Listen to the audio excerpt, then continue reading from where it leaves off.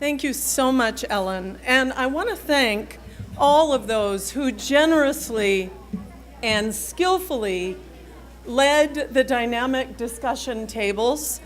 The energy was palpable, and you can see that there's so much still to talk about as a group, and we will have those chances. And to all of today's guest speakers for a truly breathtaking range of panels and presentations. Like Patty Gans, I just want to say a thank you to our leader, Sharon Schlesinger. She has been the visionary behind these conferences for the last 3 years. And something that I want to make very clear is that it's because of her ardent commitment to bringing awareness and understanding to metastatic breast cancer that her work with the Komen LA affiliate has made this affiliate a model for affiliates across the country who also want to bring MBC out of the shadows and front and center. And that is a huge, huge thing. And we're going to hear more about that in a minute from another speaker very briefly before we wind up. Sharon has mobilized and brought together patient volunteers, funding from Anthem and Angem, and worked diligently with our devoted Komen staff to make this event not only successful, but truly transformative for many of us here. Sharon asked me if I would just say a few words about where we have been and where we're headed. So today, I would like to say that I think we've done something extraordinary. We've created a community that heals together. A community of patients and caregivers, of health professionals and loved ones, all of whom share a two-sided goal. For today, to live and live well with MBC. For tomorrow, to put an end to this disease forever.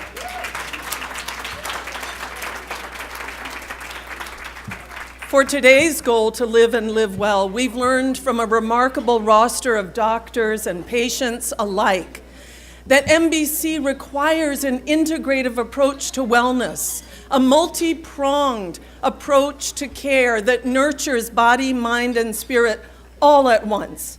Treating the whole person is our mantra. Today, we've heard about cutting-edge research, new treatments. We've heard about targeted therapies that are becoming more and more individualized to each and every diagnosis. We've also learned how to find progressive clinical trials while demystifying them at the same time, as well as how it can sometimes be important to get a second opinion. And just as important as treatments and trials, we have learned how critical the role of integrative therapies can be, from mindfulness to yoga therapy, from nutrition to different forms of self-expression and communication, such as Project Connect Online. And I do want to send warmest greetings to Ray Donan, who was so excited to be here to tell us about how much that website has helped her in her cancer journey. Our hearts and thoughts are with her. We've also gained a better understanding of the true meaning and practice of palliative care, not as a passive endpoint, but as a proactive approach to symptom management and comprehensive personalized, thank you, Annette, care throughout the journey and from the very beginning. Journey is the key word here. We are all, we travelers and our caregivers, on a path that can sometimes feel full of uncertainty, unknowability, and detours, and sometimes derailments. But when we come together like this and share our knowledge and our resources, those uncertainties turn into possibilities. The unknowable becomes potential, and the detours can look like new vistas opening up before our eyes. With knowledge of the options available to us, the path is full of promise, and we can all look forward to further events and initiatives of this group in the very near future. So I'm going to name 3 things that I want you all to be very aware of. Sharon told me I have to tell you about these 3 things. At the Komen Race for the Cure in Los Angeles this March, Oliver, is it March 12th? Yes, on March 12th. The survivors' tented area will hold a conference much like this. But what will be different is that it will be informal but more formal than in previous years, and it will be dedicated to breast cancer patients at all stages on the spectrum. There will be robust speeches, there will be discussion tables, somewhat like we've just experienced, and we welcome you all. Please look for the tented area for the survivors and thrivers in our midst, and bring your knowledge to it as well. Secondly, your zip codes were collected at registration for a reason, because we want to match up every patient here with a metastatic breast cancer support group or organization that is close to where you reside, such as Michelle's Place in Temecula, or the Benjamin Center in Santa Monica, or the Sims Mann Center at UCLA.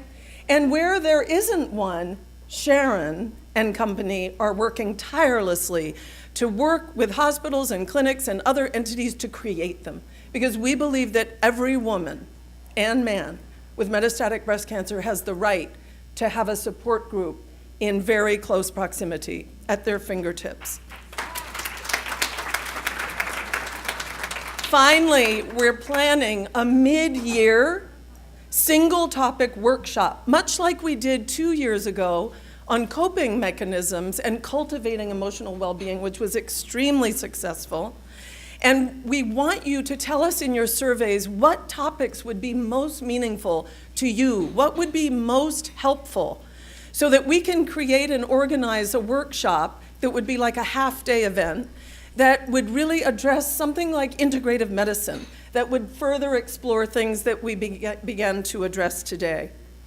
To conclude, as a patient myself, who's been living for 5.5 years with metastatic breast cancer, that had spread to my liver upon first diagnosis, even just weeks after my normal mammogram, annual mammogram, and now undergoing a recurrence and back on chemo again. But I have to say, a 5.5 years that has been still very well lived and continues to be, with a full life. I just want to speak to the sense of purpose and community that these conferences have given to me.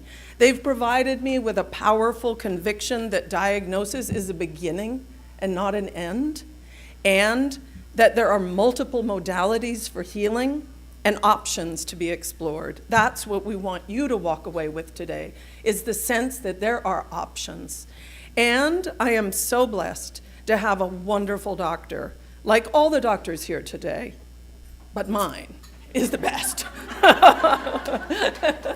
Dr. Olewski, who ran the HER2 roundtable, though I'm not HER2, I'm hormone positive, she's taught me many things over the last 5.5 years, but there have been 2 things she's taught me that have been critical to my journey. And I never let a metastatic breast cancer conference or a Komen Race for the Cure, if I get the chance, go by without restating them.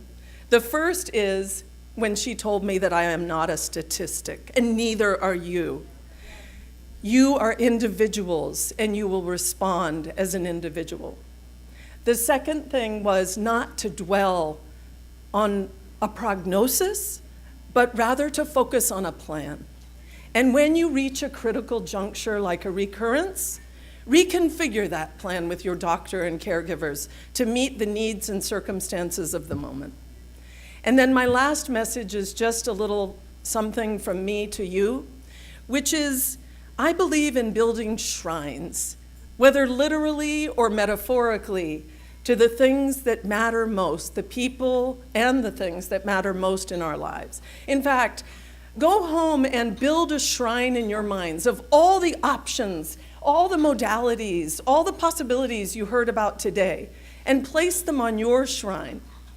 And as you do so, do what you love most and never, ever give up hope. Thank you.